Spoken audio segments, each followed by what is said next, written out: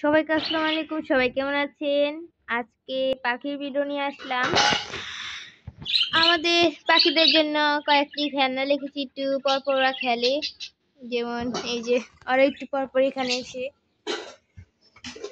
এই যে এখান দিয়ে কয়েকটি ক্লিপ লাগিয়ে দিয়েছি, ওরা একটু ওচা নিচা করে।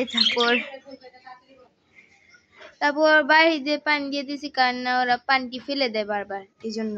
আর ওরা অনেক দিন ধরে ডিম পারে না, অনেক দিন হলো। কয় মাস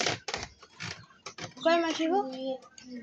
2-3 মাস হবে ডিম পারে না। এর জন্য অনেক দুঃখের ব্যাপার, ওদেরকে মনে হয় বিক্রি করা হবে।